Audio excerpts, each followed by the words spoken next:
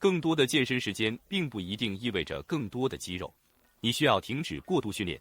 大多数人认为更长的锻炼等于更多的肌肉，但实际上并非如此。你可能正在破坏你的增肌效果而不自知。以下是为什么减少训练可能实际上有助于你增加肌肉，你可能会感到惊讶。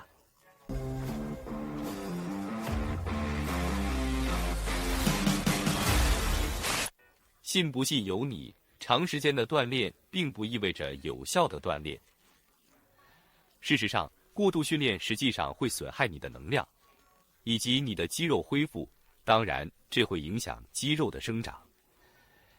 科学研究表明，实际上你每个肌肉群每周不需要超过大约12组的锻炼。这对于我们年长者尤其适用。通常我认为最佳的锻炼时间是30到45分钟。这2个项目中的所有锻炼时间均在30到45分钟之间，持续合理。现在，我个人去健身房进行锻炼的时间通常在40到45分钟之间，除了腿部训练之外。现在，腿部训练通常需要我超过1个小时，可能稍微超过1个小时，因为腿部有很多不同的肌肉群和复杂的动作。而且在这一天，我在组间休息的时间也更长。通常很多腿部练习都是复合动作，这意味着我们在锻炼时同时调动多个肌肉和关节，所以你需要更长的休息时间来恢复，才能进行下一组。所以我的腿部训练通常会比上半身训练多15到30分钟。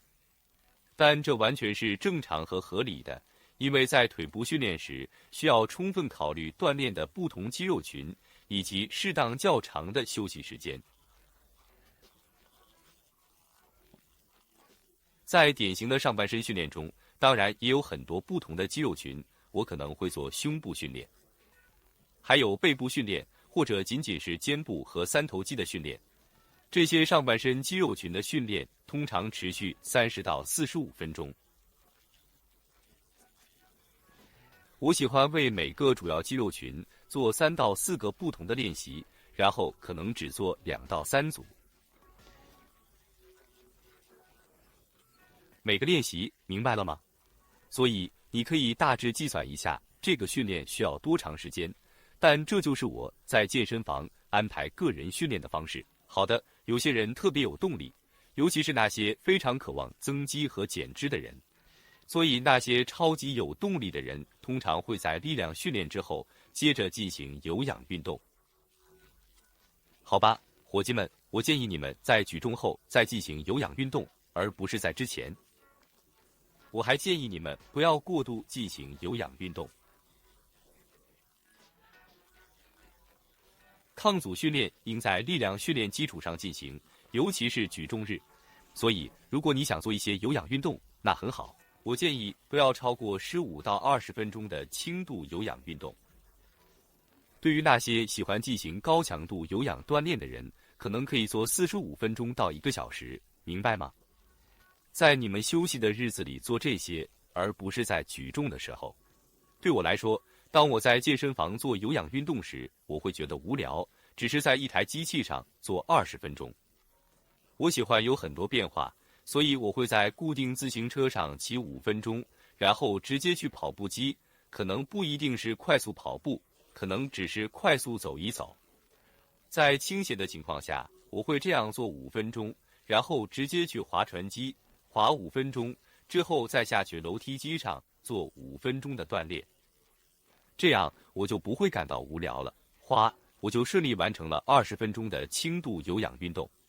这并不会影响我的增肌效果。如果你在力量训练后做太多有氧运动，你实际上会对增肌目标造成不利影响。